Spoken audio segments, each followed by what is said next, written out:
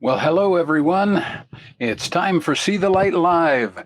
I'm Jim Pence, and I've been looking forward to this class all week because we're going to do some really fun stuff.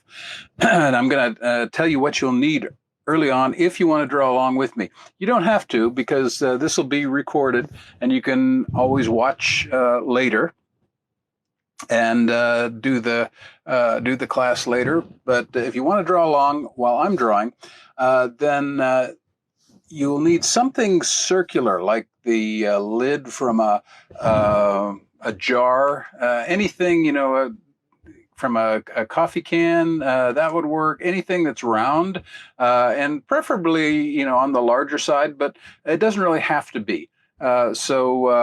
If you have that, you'll need a pencil, and you'll need something to color with, and it can be crayons, markers, or whatever. And again, you may not be able to do this as fast as I can, because I'll be using some digital tricks that let me go a little bit faster.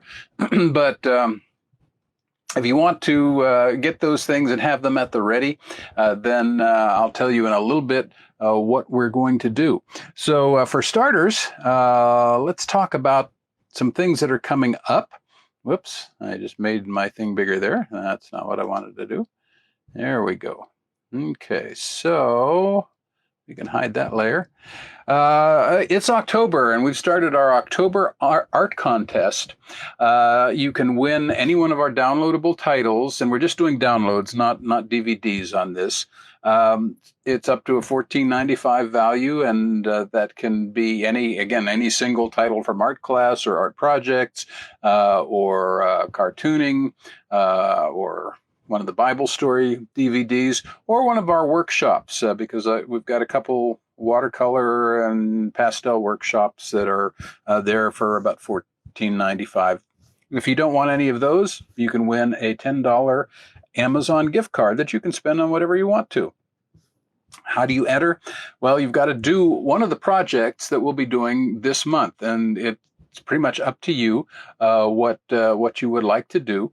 But each week we'll be doing something in class. So just do one of the things, or if you already did something last month, send a copy, to take a photo of it, or if you have a digital copy, whatever, and send it to either one of these two email addresses. I changed the email address again just to make sure I get it. One is info@seethelightshine.com, and that doesn't go to me, but they'll make sure that I get it. Or james@pence.com. And if you send in a copy of your work, then at the end of the month, actually be on November 1st, I'm going to take one of those and pretty much just going to pull the name out of the hat of the person that's entered, and that person will win. So you don't have to have the best drawing. This isn't an art show type thing. It's just if you enter, you've got a chance to win. So I hope you'll do that, because I'd really like to give you a shout out, and that's also if you send me your work. Each week I try to give a shout out to somebody who sent me a picture of something they've done in the last lesson. And so our shout out this week goes to my granddaughter Ellie. She sent something again, and she did a really nice job. Remember last week we were doing a contour drawing of a shoe. And this is a really good job. She got the shoe down well, and everything looks great. So great work, Ellie. And I hope some more of you will do this, because I'd really like to see your work, and I'd like to see you drawing along. Well, I don't have, I've been each week showing you a little bit of my portrait work. I didn't get any work done on that this week. I've been doing some other things, so I will show you something that I did. And this was mostly just playing around, but I did my wife, Laurel, has her birthday next week, and she really loves purple. So I made her a vase of purple weird flowers. And really what this was is one of the things I'm learning how to do. Some digital art apps will let you create your own brushes. And I'm teaching myself how to do that. And the flowers were all done with a brush that I created this week. And that's why I didn't do the portrait work, because I was working at creating the brush. And what that brush does is it changes color depending on how much pressure you put on and the angle that the brush is. So I can have one brush and I can draw a whole vase full of multicolored flowers. And I don't know how practical it is, but it was fun to play with it and design it. So that was my work for this week. Okay, this week we are talking about shape. Remember, I said that you're going to learn in art class the 7 elements of art. And the elements of art, just like, we have different elements that make up the world we live in, like oxygen and nitrogen and helium and a whole bunch of other things. Art is made up of elements too. And the first one that you've been learning is line. This is the second one. And there's not really a particular order. It's just these are the orders that they tend to be taught in. This one, the second element, is shape. And if you have art class, Pat was talking about shape, and I'm not going to repeat a whole lot of what she said in there, but I'm going to add some things to it. So what I want to talk about, for starters, and I don't know if you take notes or anything, but these are some good things to remember if you are interested in learning more and remembering more about art. But we're going to talk about briefly 3 categories of shape. And what I mean by categories are not different types of shapes, but just different groups, I guess you would say, that shapes fall into. Now, what Pat taught about in the art class video, and get a better marker here, was geometric shapes. And, those are ones that we're all pretty much familiar with, whether it's a square or a circle or a triangle, or an octagon like you see on a stop sign, and that's a terrible looking octagon there, but it'll have to do. Those are geometric shapes. And, you know what most of those are. You probably have learned them in other classes as well. There's another kind of shape that we're not going to spend a lot of time on, and those are called abstract shapes. Abstract shapes are different than you might think. When we think of abstract, particularly in terms of art, what comes to mind is something that you can't recognize, something that's just kind of a splash and weird, and people say, I don't even know what that is. That's not what abstract shapes are.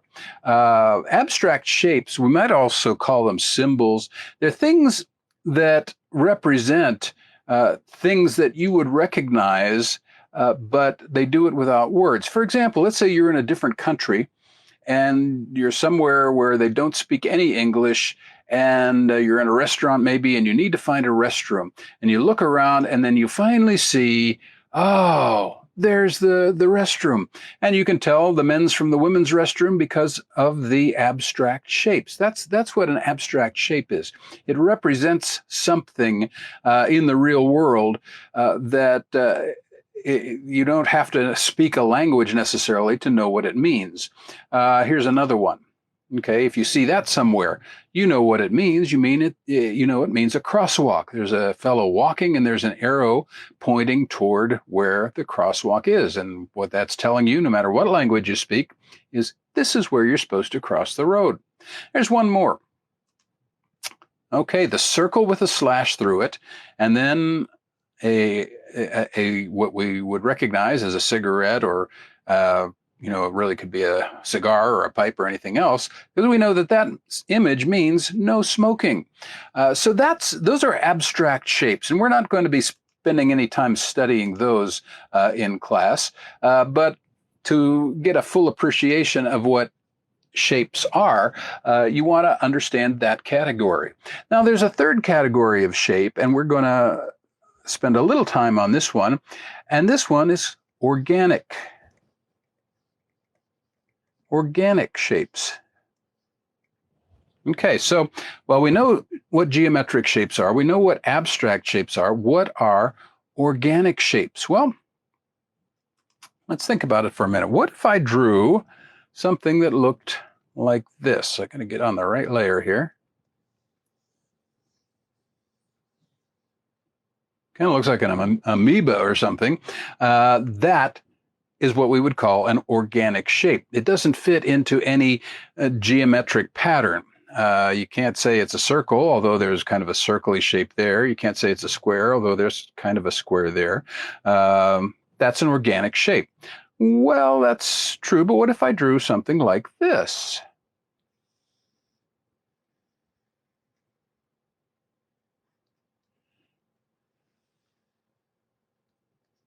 Ah. What do we have? Well, you'd say it's a leaf. And you could say that's a symbol for a leaf. But this is basically an organic shape. It's a shape of something. And basically, organic shapes are the kinds of shapes that don't fit any other classification. Okay, so if I came over here and I did this, and I drew a cloud in the sky, that's an organic shape.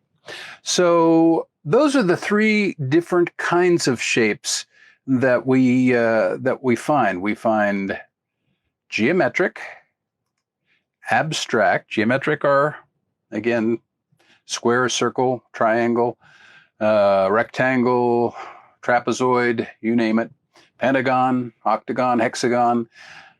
We have abstract shapes, which are basically like, well, that's not the right brush. Let me get back to the right one. Well, that's not the right color, but we'll go with that. Okay, abstract shapes are like stick figures or symbols. And then organic shapes are anything that doesn't fit into the other. Even a tree would be an organic shape, even though it's mostly made up of lines, and that's a different story. So those are your three types of shapes. Then I want to talk about one other kind of cool aspect of shape, and this is something that we don't really talk about a lot.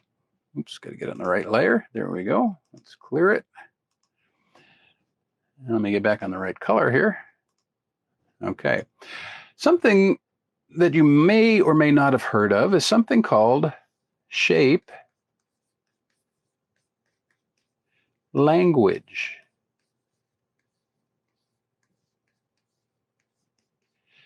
So what is shape language?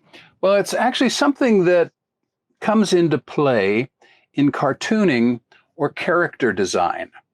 And it basically, shape language is when you're drawing a cartoon character, the shapes you use will communicate what kind of character that is. For example, circle shapes are going to communicate somebody friendly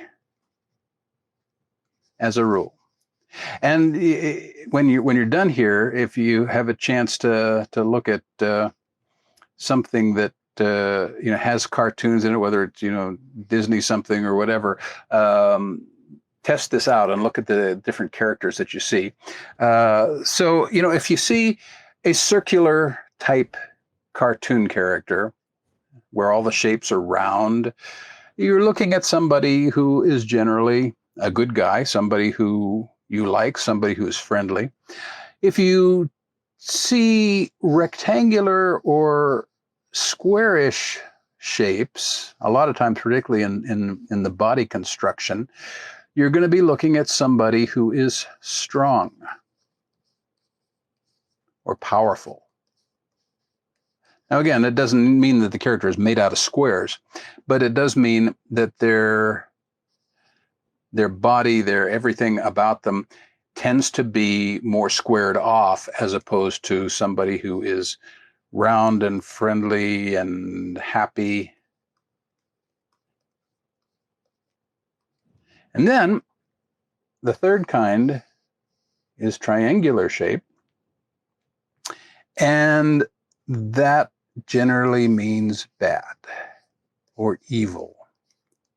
And if you're watching a cartoon or an animated movie, watch the villains, because they will tend to have very angular shapes. They'll have long, crooked, pointed noses, and maybe their eyes will be shifty, and everything is going to be angled and not a happy type thing. So that's shape language. That's not necessarily anything that you need to really know right now, but that's something that is kind of fun to think about. And again, as you look at some cartoons, you can see how this plays out.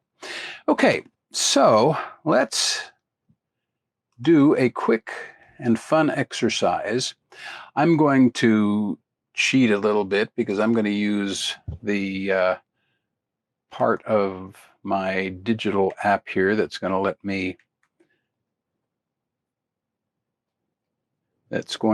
create circles very easily.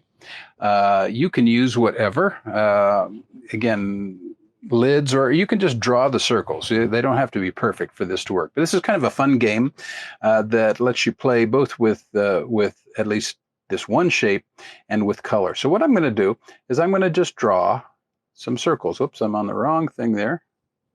Okay.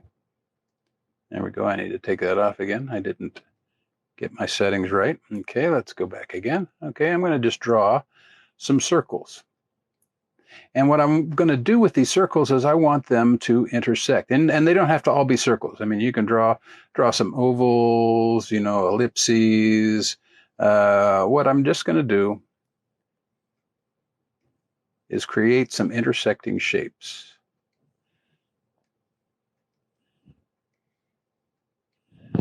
Okay, so that's the first part of the game. Just draw a bunch of circles, overlap them in places, and when you got a little design that you kind of like, then you go on to part two. Now, part two is we're going to work with color a little bit. And what I'm going to do here is I'm working just with primaries. I'm going to use red, yellow, and blue. And I'm going to turn off the shape creator, and I'm going to turn on my flood fill. And what I'm going to do is I'm going to just start filling in some of these spaces. Now, again, if you have crayons or markers or whatever, then use those. And I'm going to come here and I'm going to just start putting in red in places. You'll see what I'm doing in a minute. Okay, because there's kind of a method to my madness here. And you'll notice all sorts of different shapes that are coming as a result of this. Now, the one thing that you want to do is make sure that like a red section does not touch another red section. Okay, so here, these ones aren't touching, they're close. But like I wouldn't put red here because there's already red on either side. Okay, likewise here, I wouldn't make that red because there's already red there. Okay, so what I'm doing is I'm going through the entire design and I'm finding places where I can put red where it's not touching any other red. Whoa, and sometimes in digital, if you do that, that's what happens. Okay, there we go. Oops, see, I made a mistake. Don't want to do that. Okay, so let's come over here. Put that one in.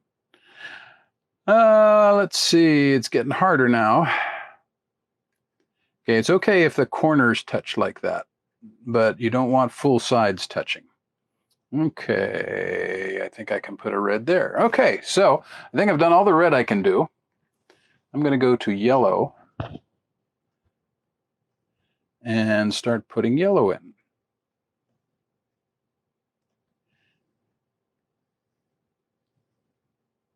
Again, my goal is to make sure that I don't have any yellow touching the yellow.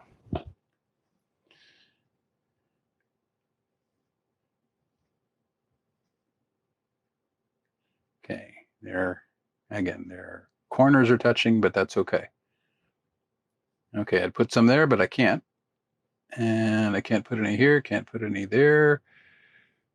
Let's see, I can put some there. Can't put any there. I could put some there. I could put some there. I can't put any yellow in here. And I think that's about as much as I can do. Now I can put yellow there. Okay, so then I go to my third color. So I'm going to blue now. And I'm going to put blue here. And put blue here. Now this is a little tiny gap, and I can't really put anything in it because it would turn the whole thing blue like this. And so that is just going to have to stay empty. So I can put blue here. Nope. Get it just right. Nope. Okay, I'm going to have to make it a little bit bigger first. So my little pen tip will fit in there. Okay. Okay, and I can put blue here, but I can't put blue there. And I can put blue here, and I can put blue here, and I can put blue here. And I can't put blue here because I've got blue in that one. But I can put blue on that one and in that one. And I can actually put red in this one. And I've almost got it. I got a little tiny gap there, and that's another one I can't fill. I can put blue in this one. And I can put blue in that one. And so I only have one that I couldn't put anything in, and I'm going to put white in that one.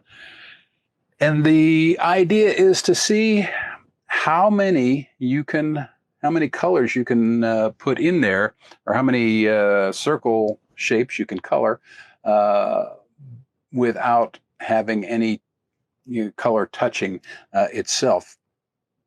And the last time when I was practicing, I only got it down to about 3 here. This time I got it down to only 1 that I couldn't color in. And, just for fun, you can make that color really stand out or whatever. But you can do this with any colors. It doesn't really matter. I'm just using primaries just for the fun of it because they stand out and they're a lot of fun to draw with.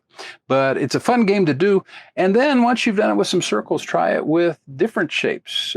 Try drawing some circles and some squares and some triangles and having those all overlap and color in. And what will happen is you will be able to create some really fun designs just using shapes. And that's part of what we're wanting to think in terms of right now is just how to use shapes, how to work with them, how to create designs with them. So this is a fun game for that. And I hope you'll try it out. Okay, we have one more thing that we're going to do today. And let me add another layer. Okay, right there. Oops, actually, I don't need to add another layer. I need to turn that layer off, turn that layer off. That's what I wanted to do. And I need to change my color, and I need to change my brush. Okay. Well, I thought as we come to the end of class today, I thought I'd tell you a little bit of my story. I am a storyteller. I'm a writer. I write novels and I write other kinds of books. But I also like to tell a little bit of my story, and I'm going to tell it with some shapes as I tell that story. Oops, got to get on the right layer. There, it won't work. There we go. I grew up in Western Pennsylvania, and near Pittsburgh, if you know where that is. And I grew up in church, but the church I went to, we really didn't hear a lot in terms of Bible teaching. It was a good church. I liked everything about it, and I still, think very, very fondly of it. But didn't really know a lot about the Bible. And when I got to a certain age, the minister of the church saw something in me. I don't know what it was, but one day, just kind of out of the blue, he said, "Jim, have you ever thought about going into the ministry? And I said, no. That was really the farthest thing from my mind. At that time, I was, I think, about 12. And I really was not interested in doing anything in terms of ministry or Bible or whatever.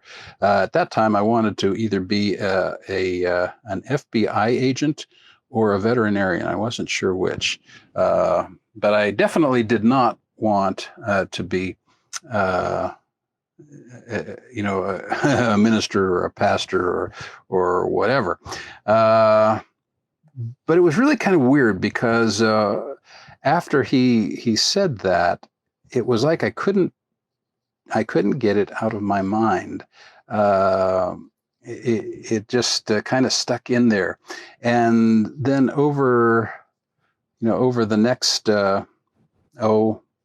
probably year or two, different things began to happen that just kept bringing that that idea back to me, and at that time I really didn't even know God. I believed in God, but for me, my deepest prayer was when I was in 5th grade, and I was afraid I was going to flunk geography, and I prayed for God to give me a good grade, and that was about as far as I went.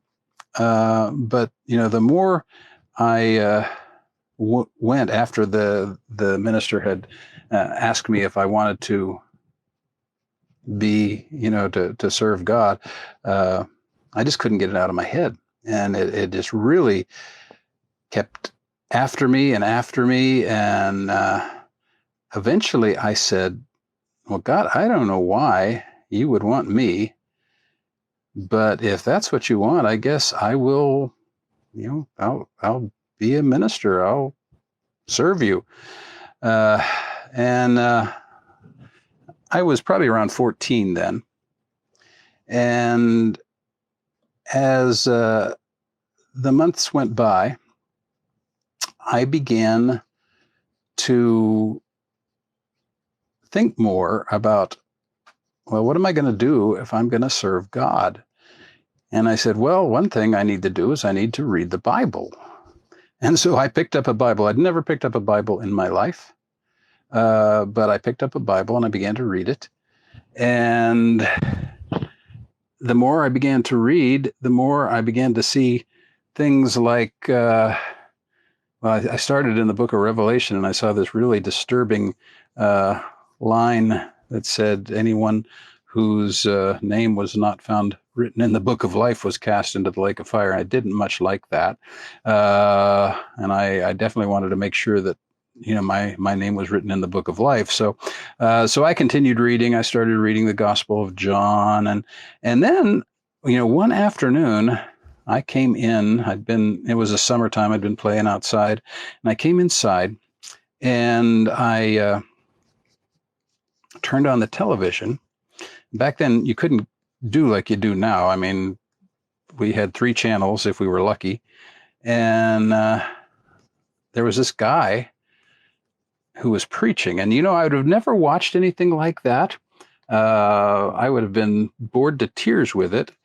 And but I decided, well, if I'm going to be a preacher, I guess I better know, what it sounds like.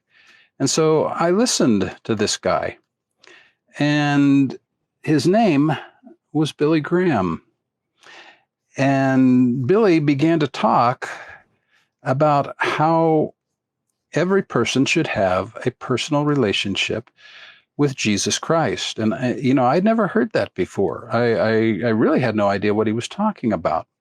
But I liked what I heard, and I liked how he talked about how Jesus had come into the world to save us from our sins. And, I'd grown up in church. I was an altar boy. I heard our church had what is called a liturgy, and every week I heard John 3:16, but it never really registered with me until I heard this man named Billy Graham. And I heard him talk about this man named Jesus, who had come into the world to save me from my sins, and that if I would trust in him, I could go to heaven when I died, but I would also have an abundant life here and now. And he told me the most amazing thing was that Jesus had come into the world. He was God, and he came and he died on a cross in my place. And when he died on that cross, he took my sins in his own body. And I really don't remember exactly when it happened. I don't remember the day or the date. I was around 14, I think. But I do remember that at some point I had come to faith in Jesus Christ. And I said, Lord, I want you to save me. I need you to save me. And he came into my life and changed my life. And that was, well, I'm 65 now. So that was, 50 years ago. And he has never let me down in all of that time. So that's my story. And I hope that you will share your story with people and tell them how you came to know Jesus. We're out of time. I'm glad you joined me today. I hope this class was helpful. Work on those shapes. And next week, we're going to be talking about shape again, but we're going to be doing something much different. And that will be learning how to use shape in our actual drawing and art. So until next week, thank you for being with me. I hope you're enjoying this, and I'll see you then. I'm Jim Pence with See the Light. Keep drawing, and don't forget to have fun. See you next week.